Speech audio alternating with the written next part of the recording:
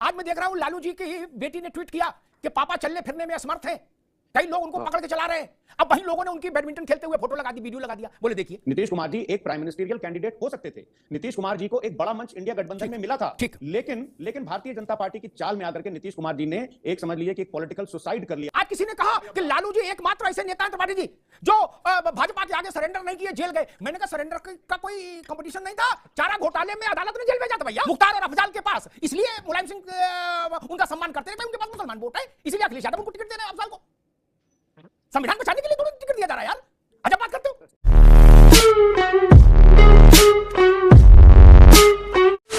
नमस्कार दोस्तों, एक वापस से नए रिएक्शन वीडियो में आप सभी का स्वागत करता हूं। मेरा नाम है गौरव और आप देख रहे हो गोलू रिएक्शन टीवी। दोस्तों आज का जो वीडियो है अमिताभ मल्होत्रा जी का वीडियो है और इसमें जो है जो इंडिया अलायंस जो है, जिस तरह से आप लोगों ने बिहार का घटनाक्रम देखा होगा कि किस तरह से नीतीश कुमार जो है वापस से पाला बदल के बीजेपी में शामिल हो गए हैं और इस तरह से जो इंडिया गठबंधन उसको काफी गहरा झटका लग चुका है। लोकसभा चुनाव जो आने वाले हैं उनको लेकर जो है इंडिया गठबंधन बहुत ही मतलब तैयारी कर रहा था, लेकिन उसकी तैयारियों को झटका लग चुका है। एक तरफ पश्चिम बंगाल में जो ममता बनर्जी वो भी जो है अकेले चुनाव लड़ने की घोषणा कर चुकी हैं। अखिलेश यादव जो 11 सीट से ज्यादा देने को तैयार नहीं है ना। उधर आम आदमी पार्टी से भी उनका जो है चल रहा है। तो इस तरह से जो इंडिया गठबंधन है पूरी तरह से ध्वस्त हो चुका है, ठीक है। और अमिताभ मल्होत्रा जी ने भी बताया कि किस तरह से लालू यादव जो है उनको ईडी ने बुलाया और जब भी ईडी बुलाती है तो ये बीमारी का बहाना कर लेते हैं, वैसे जो है बैडमिंटन खेलते हुए नजर आते हैं। दोस्तों आज की डिबेट बहुत ही ज्यादा धमाकेदार होने जा रही है। आप लोगों से रिक्वेस्ट है वीडियो पूरा देखिएगा। चैनल पे पहली बार है चैनल को सब्सक्राइब जरूर कर लीजिए दोस्तों, इस तरह का कंटेंट आपको हमारे चैनल पे देखने को मिलता रहेगा। चलिए वीडियो को चलते हैं और मिलते सीधे वीडियो के लास्ट में। त्रिपाठी जी मैं देख रहा था अखिलेश यादव और जनता दल यूनाइटेड उत्तर प्रदेश में साझी रैलियां प्लान कर रही थी और उसमें यह भी था कि कांग्रेस को नहीं बुलाएंगे, कांग्रेस मंच पर नहीं रहेगी, नीतीश जी अखिलेश जी रहेंगे। उनके लिए फूलपुर से लेके और पडरौना और अंबेडकर नगर कहां लोगों ने कॉन्स्टिट्यूंसी भी ढूंढना शुरू कर दिया था नीतीश बाबू के लिए। बिल्कुल। अब उनने झंडा डंडा बदल दिया है, मंच माला माइक वही रहेगा, लोगो बदल जाएगा, पहले इंडिया था एनडीए हो जाएगा। क्या उत्तर प्रदेश में नीतीश कुमार सक्रिय होंगे कुर्मी वोटों के ध्रुवीकरण के लिए? त्रिपाठी जी देखिए अमिताभ जी, अभी जैसा कि सपा के माननीय प्रवक्ता जी कह रहे थे, देखिए लोकतंत्र में ना तो कोई परमानेंट दोस्त होता है अमिताभ जी, आप बहुत वरिष्ठ पत्रकार हैं, ना कोई परमानेंट दुश्मन होता है, परिस्थितियां बनाती है। नीतीश कुमार के ऊपर कोई दबाव था इसलिए वहां से हटे। नीतीश कुमार के ऊपर बहुत बड़ा दबाव था बिहार में आरजेडी को लेकर, क्योंकि वो तो था सभी कर, लेकिन हम जिसके खिलाफ लड़के 2005 से आए थे अमिताभ जी, जिस जंगल राज के खिलाफ, वो जंगल राज 2 शुरू हो चुका था। नीतीश जी महीने भर तक किसी से संवाद नहीं किया और जो बिहार की जनता का फीडबैक था, क्योंकि वो रोज अपना दरबार लगाते थे, और उसी के साथ जो हमारे जनता दल यूनाइटेड के कार्यकर्ताओं का फीडबैक था, उससे उनको थोड़ा सा बहुत प्रेशर में थे और उस प्रेशर के कारण ही दिक्कतें आई और उन्होंने छोड़ करके किनारा किया। इसलिए ये कहना, और दूसरा सवाल यह है अमिताभ जी, चूंकि आप मैं बताना चाहता हूं कि इंडिया क्यों छोड़ी, तो इंडिया गठबंधन के सूत्रधार तो माननीय नीतीश कुमार पटना में बैठक बुलाई, सारे लोग जितने विपक्षी दल के उनको एक प्लेटफॉर्म पे लाने का काम किया। उसके बावजूद भी कांग्रेस ने इतनी देरी दिखाई। 3 बातें उन्होंने बहुत पहले कही थी, पहली मीटिंग में की थी कि अगर हमको भारतीय जनता पार्टी से लड़ना है तो भारतीय जनता पार्टी बहुत बड़ी पार्टी भी है, हर तरीके से संसाधन उसके पास है, हमारे पास सारे संसाधन नहीं है, लेकिन हमको एकजुटता दिखा करके पूरे मुल्क में प्रचार प्रसार करना पड़ेगा, कार्बन मिनिमम प्रोग्राम बनाना पड़ेगा, एक चेहरा बनाना पड़ेगा या कन्वीनर बनाना पड़ेगा, और हमारी ज्वाइंट मीटिंगें शुरू हो जाए और सीट शेयरिंग तो जितनी जल्दी हो उतनी जल्दी कर दी जाए, ताकि हम इस पैसे वाली पार्टी जो पैसे से मजबूत, उसके यहाँ जो आपके यहाँ उनके यहाँ अनुशासन है, वो जो बूथ तक के हैं, तो हम उसे लड़ने के लिए बड़ी ताकत चाहिए। वो ताकत सबको मौका मिल जाएगा और सब लोग उससे बड़ी अच्छे तरीके से हम लड़ लेंगे। लेकिन हुआ क्या, आप बताइए कि वहां पे सारे लोग बैठे थे, आरजेडी के माननीय लालू जी बैठे थे, जब ममता जी ने उनके नाम को प्रपोज किया, खड़गे जी का नाम, किसी ने नहीं कुछ कहा। तो तकलीफ होगी कि नहीं होगी? जो आदमी सूत्रधार है, जिस आदमी का भारतीय राजनीति में मैं तो कहता हूं ऐसा चेहरा कोई नहीं है, चाहे ईमानदारी को लेकर, ठीक है तिवारी, एक सवाल था, ठीक है ये आपकी बात ठीक है, और मैं तो बड़ा प्रैक्टिकल आदमी हूं, कठिन शब्द नहीं सरल शब्द में बात जनता तक पहुंचाता है। भाई पहली मीटिंग का सारा खाना खर्चा नीतीश बाबू ने उठाया है, खाना खर्चा हम करें, मौज आप लोगे, ये नहीं चलेगा। ये कहां चलेगा? राजनीति में कौन चलाएगा? सीधी समझ लो भैया, जेब से हम खर्चा कर रहे हैं और मजा पड़ोसी लेगा ना ना ना, मैं हिपोक्रेट नहीं हूं, मैं तो बड़ी खरी बात कहता हूं। कमलनाथ ने पैसा खर्च किया, मैं और खुली सुन लो, कमलनाथ ने पैसा खर्च किया मध्य प्रदेश के चुनाव में, मेरी बात से मनीष जी से लेके प्रशांत तक सब सहमत होंगे। उन्होंने खड़गे से लेकर राहुल गांधी किसी की नहीं सुनी मध्य प्रदेश में, बोलना पैसा हम खर्च कर रहे हैं और नेतागिरी आप करोगे, नो नॉट अलाउड। बोले सीडब्ल्यूसी बीडब्ल्यूसी सब ठीक है, लेकिन इधर नहीं चलेगा कुछ, इधर नहीं मालूम खर्च कर रहे, लिट्टी चोखा नीतीश बाबू बनवाए, जहाज को लगाए, टेंट तंबू को सामियाना सजाए और आप लोग बाद में उन्हीं को किनारे कर दिए, कैसे चलेगा? खैर मनीष हिंदवी साहब, मसला वही गंभीर, कांग्रेस नीतीश जी का जाना एक तो नैरेटिव को ध्वस्त करता है, कि हम सब एक हैं, मजबूती से एक हैं, एक नैरेटिव। दूसरा नैरेटिव, भाजपा बिहार, महाराष्ट्र, पंजाब, कर्नाटक यहां खत्म हो गई। क्या वो नैरेटिव ध्वस्त हो गया? महाराष्ट्र में तो विकलांग हो ही गया था नैरेटिव, बिहार में बिल्कुल ही अनुलोम विलोम हो गया नैरेटिव। ठीक, दूसरा नैरेटिव ध्वस्त हो गया, जो मुख्य हथियार था आपका लड़ने का। बताया जाता था कि भाई इतनी सीटें हैं इन चारों राज्यों में, भाजपा क्या करेगी? अकाली और भाजपा में रिश्ता बन गया, उसका अनाउंसमेंट होना है। कर्नाटक में जनता दल देवेगौड़ा जी से हो गए हेली मेली, वो अयोध्या तक घूम आए देवेगौड़ा जी इस उम्र, बताइए 4 लोग पकड़ के ले गए थे, इतना रिश्ता वो प्रगाढ़ हो गया है। महाराष्ट्र में आधे पवार हो गए, आधे उद्धव रह गए। अभी तो इम्तिहान में बैठे तो पता लगेगा आधा भी बचा कि नहीं। और बिहार में तो, और इसका फायदा आप कमजोर हो रहे हैं, तब आपको नैरेटिव ये बना दिया गया आपके पूर्व सहयोगियों के द्वारा ही कि कांग्रेस एंटी रीजनल फोर्सेज है, एंटी रीजनल लीडर्स है। और इसी का फायदा हुई उठाया समाजवादी पार्टी ने, यही वक्त है, यही सही वक्त है के तहत बोले 11 सीटें तुरंत देके इनको सार्वजनिक कर दो, ट्वीट डाल दो, ताकि बाद में चिक खत्म। मनीष जी, क्या ऐसी स्थिति से आपको लग रहा है कि नुकसान कांग्रेस खत्म? देखिए प्रताप जी, आपने कई सवाल एक साथ उठा दिए। मैं अगर आप अनुमति देंगे 3-4 मिनट का समय देंगे तो मैं एक करके भी बात करने की कोशिश करूंगा। देखिए प्रताप जी, ये सियासत है, यहाँ पर हर विचारधाराओं का खेल है। विचारधारा, एक विचारधारा है जो भाजपा और उसके सहयोगियों के साथ है, एक विचारधारा कांग्रेस की है।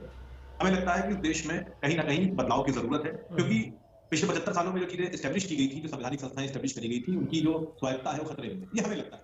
इस बात को लेकर इसमें कहीं कोई दो मत नहीं कि नीतीश कुमार जी और तमाम लोगों ने और सब लोगों ने मिलकर एक इंडिया गठबंधन की बात सोची थी। हालांकि गठबंधन यूपीए उसके पहले भी था, लेकिन सोचा गया था नया नैरेटिव सेट किया जाए एक बड़ी सोच के साथ।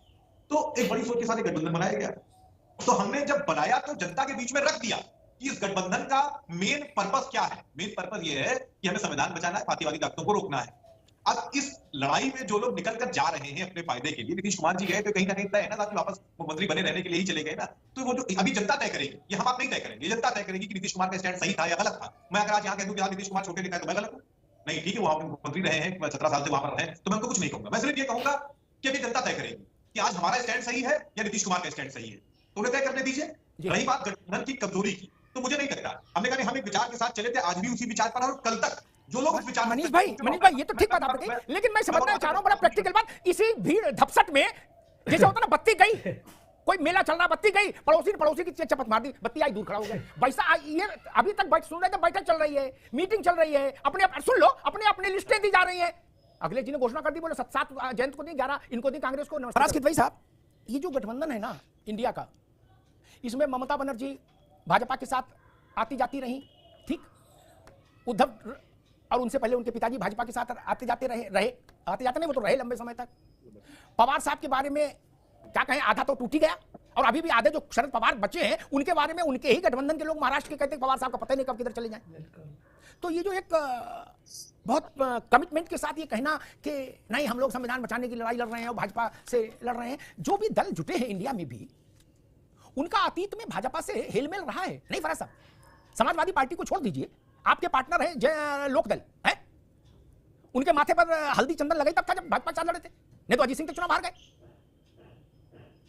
तो इसलिए ये कहना कि नहीं हम तो जन्म से सेकुलर हैं, बात कुछ समझ नहीं आएगी। फिर बहुत सारे पार्टनर वैसे ही है। फराज भाई देखिए अमिताभ जी, आपके सारे सवालों का जवाब दूंगा, लेकिन अभी आपने बोला कि नीतीश कुमार जी कुर्मी समाज के एक बहुत बड़े नेता हैं। जी हाँ। मुझे लगता है कि आपने उनका कद छोटा कर दिया। हमको तो लगता था कि वो बिहार के एक बहुत बड़े नेता हैं, एक सामाजिक न्याय, सामाजिक परिवर्तन की लड़ाई लड़ रहे हैं। उसमें वो कुर्मियों के भी नेता हैं, वो यादव समाज के भी नेता हैं, वो मुस्लिम समाज के भी नेता हैं, वो सवर्णों के भी नेता हैं। लेकिन आज आपके चैनल पर हमको पता चला कि वो मात्र कुर्मी समाज को रिप्रेजेंट करते हैं। लेकिन अमिताभ जी, एक मैं आपकी बात से डिस्कनेक्ट हूं कि उत्तर प्रदेश में मुझे लगता है जो हमारे कुर्मी भाई हैं, जो उनके ऊपर नीतीश कुमार जी का कोई भी इंपैक्ट नहीं है, क्योंकि यहाँ पर जो रिप्रेजेंट करते थे हमारे कुर्मी समाज को, वो तो बेनी प्रसाद वर्मा जी थे स्वर्गीय, जिनका एक जनाधार था। आदरणीय लालजी वर्मा जी हैं जो कुर्मी समाज को रिप्रेजेंट करते हैं, कम से कम 10 से 12 लोकसभा सीट पर इनका इन्फ्लुएंस है। पल्लवी पटेल जी हैं, और तमाम ऐसे उत्तर प्रदेश में एक गुलदस्ता है कुर्मी नेताओं का, जो कि हमारे पास समाजवादी पार्टी में है। तो आप देखिएगा कि जिस तरह से, दूसरी बात यह है कि जिस तरह से भारतीय जनता पार्टी ने ये कास्ट सेंसस का विरोध किया है, अमिताभ जी, मैं पूछना यह चाहता हूं कि क्या नीतीश कुमार जी की अब हिम्मत है कि भारतीय जनता पार्टी की तरफ पलटी मारने के बाद, थाली में इधर से उधर जाने के बाद, अब वो कास्ट सेंसस की बात कर सकते हैं? हम लोग तो, और ये आप सच कह रहे हैं, आप सही कह रहे हैं कि हम लोग मंच सजाए हुए थे इनके लिए, नीतीश कुमार जी के लिए। नीतीश कुमार जी एक प्राइम मिनिस्टरियल कैंडिडेट हो सकते थे, नीतीश कुमार जी को एक बड़ा मंच इंडिया गठबंधन में मिला था, लेकिन भारतीय जनता पार्टी की चाल में आकर के नीतीश कुमार जी ने एक, समझ लीजिए कि एक पॉलिटिकल सुसाइड कर लिया है अमिताभ जी। दूसरी बात यह है कि भारतीय जनता पार्टी ने उनका रिटायरमेंट प्लान बना लिया है, और नीतीश कुमार जी को 2024 के बाद एक नया मार्गदर्शन रुकना होगा। फराज भाई ने एक बात कही, मैं उसको और खोल दूं ताकि मुझे ये पाखंड से सख्त चढ़े। हाँ जी, मैं खरी बात कहता हूं, ठीक, मैं हिपोक्रेसी के सख्त खिलाफ हूं, हर नेता का एक बेस वोट होता है, बाकी चीजें तभी जुड़ती है जब बेस हो। अकाउंट में अकाउंट ओपन करने के लिए धनराशि जमा करनी पड़ती है। चरण सिंह के पास जाट था इसलिए बाकी जुड़े, ठीक। मुलायम सिंह के पास यादव जुड़ा तो बाकी जुड़े, ठीक। ये ज्ञान हमको ना कोई समझाए कि वो अंतर्राष्ट्रीय नेता है, वो तो धर्मनिरपेक्ष नेता है, वो फलाने नेता, कोई नेता पता नहीं भाई, सीधी सपाट बात करो यार। मुख्तार और अफजाल के पास इसलिए मुलायम सिंह उनका सम्मान करते हैं, उनके पास मुसलमान वोट है, इसीलिए अखिलेश यादव उनको टिकट दे रहे हैं। अफजाल को संविधान बचाने के लिए थोड़ी टिकट दिया जा रहा है यार, अजब बात करते हो। लेकिन ऐसी तस्वीरें भारत में न्यायिक व्यवस्था और लोकतांत्रिक व्यवस्था के लिए खतरा पैदा करती हैं कि जब ये कहा जाए कि लालू जी चलने फिरने में असमर्थ रहे, कई लोग उनको पकड़ते तो वो चल पाते हैं क्या, और उसके बगल में उनका तेज चलते हुए, भाषण देते हुए, बैडमिंटन चिड़िया बल्ला खेलते हुए वीडियो है। मजाक बना रहे हैं व्यवस्था का। और फिर कहते हैं हम तो संविधान बचाने के लिए आए। बोले काय के लिए? बोले संविधान बचाना है। लालू जी के केस में संविधान का कोई लेना देना है क्या? नहीं। पूरे केस के जितने मुकदमे हैं चारा घोटाले के, उसमें किसी में संविधान शब्द नहीं लिखा है, लोकतंत्र नहीं लिखा है, न्याय की लड़ाई, सामाजिक न्याय, जातिगत जनगणना कोई मुद्दा नहीं है। सरकारी ट्रेजरी से गलत तरीके से पैसा आहरित करना और उसको व्यक्तिगत हित में ले लेना, ये मुकदमा है। इसका जातिगत जनगणना से क्या मतलब है?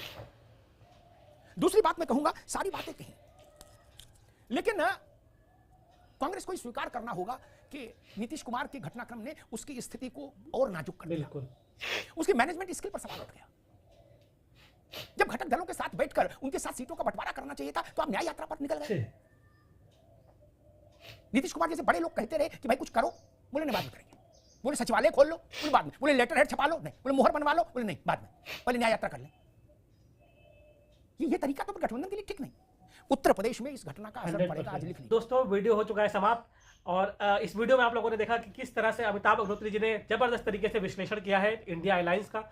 और अभी देखा आप लोगों ने समाजवादी पार्टी के जो न्यायता प्रवक्ता है वो बोल रहे थे कि जो कुर्मी वोट बैंक है उस पर जो है जो नीतीश कुमार है उनका जो है कोई हाथ नहीं है। मतलब अभी हालांकि ये लोग उससे पहले जो तैयारी कर रहे थे कि नीतीश कुमार से पूरे यूपी में ये लोग जो है रैली करवाएंगे और जो कुर्मी वोट है उसको जो है साधने की कोशिश करेंगे, लेकिन अब जो है अपना जो है पूरी बात से पलट जा रहे हैं। वहीं जो कांग्रेस के प्रवक्ता है वो भी जो है अब नीतीश कुमार को लेकर जो है सवाल उठा रहे हैं। हालांकि नीतीश कुमार ने जो है ये जो पूरा इंडिया गठबंधन है उसकी रूपरेखा उन्होंने ही तैयार की थी, लेकिन जब उनको जो है बिल्कुल पूरी तरह से इग्नोर किया गया तो जो है उन्होंने जो है इस गठबंधन को तोड़ने का जो है ऐलान कर दिया। तो इंडिया अलायंस जो है वो पूरी तरह से टूटा हुआ नजर आ रहा है, बिखरा हुआ नजर आ रहा है। और वहीं अब जो है जो आरजेडी है उनके जो लालू यादव उनकी मुश्किलें बढ़ गई हैं। ईडी ने जो है उनको जो है बुला लिया है, भैया समन दे दिया है। हालांकि जब भी जो ईडी बुलाती है तब जो है लालू यादव जो है बीमारी का बहाना कर देते हैं कि बीमार हैं। हालांकि जब आप लोगों ने देखा होगा इनकी फोटो वायरल हो रही थी जिसमें ये बैडमिंटन खेलते हुए नजर आ रहे हैं। जब घर में रहेंगे तो कोई बीमारी नहीं रहेगी, जहां ईडी बुला लेगी तो इनको बीमारी जो है सताने लग जाती है। तो इस तरह की राजनीति आपको देखने को मिल रही है। हालांकि जो इंडिया अलायंस है दोस्तों वो जो है देखा जाए तो खत्म होता हुआ नजर आ रहा है, क्योंकि बंगाल में भी ममता बनर्जी अलग हो चुकी हैं, उन्होंने अकेले चुनाव लड़ने का फैसला लिया है ना। और समाजवादी पार्टी वो भी जो है 11 सीट से ज़्यादा देने को तैयार नहीं है कांग्रेस को, यहाँ भी जो है मामला लटका हुआ है। उधर जो है केजरीवाल जो है पंजाब में नो एंट्री बना के रखे हुए हैं। तो इस तरह से जो कांग्रेस पार्टी है वो पूरी तरह से जो है बेनकाब होती जा रही है। उधर राहुल गांधी अपनी न्याय यात्रा कर रहे हैं। जब से इनकी न्याय यात्रा शुरू हुई तब से जो है इनका जो गठबंधन है पूरी तरह से टूटता हुआ नजर आ रहा है। हालांकि इन्होंने जो है नीतीश कुमार को जो है काफ़ी ज़्यादा इग्नोर किया, जिस वजह से इस गठबंधन की ये हालत अभी हो रखी है। दोस्तों डिबेट आपको कैसी लगी हमें कमेंट करके जरूर बताइएगा। इस तरह के वीडियो आपको हमारे चैनल पर और भी देखने को मिलते रहेंगे, तो आपसे रिक्वेस्ट है कि वीडियो ज़्यादा से ज़्यादा शेयर करिए। चैनल पर पहली बार है चैनल को सब्सक्राइब करिएगा दोस्तों। चलिए मिलते हैं आपको किसी और वीडियो में, तब तक के लिए जय श्री राम।